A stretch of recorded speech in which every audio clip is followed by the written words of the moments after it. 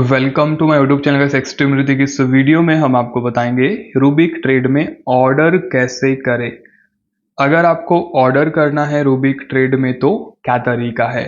Okay, simple, हमें application open करना है एंड आप कोई भी अपना एसेट चूज कर लीजिएगा। फॉर एग्जांपल मैं पॉपुलर को ही चूज कर लेता हूँ।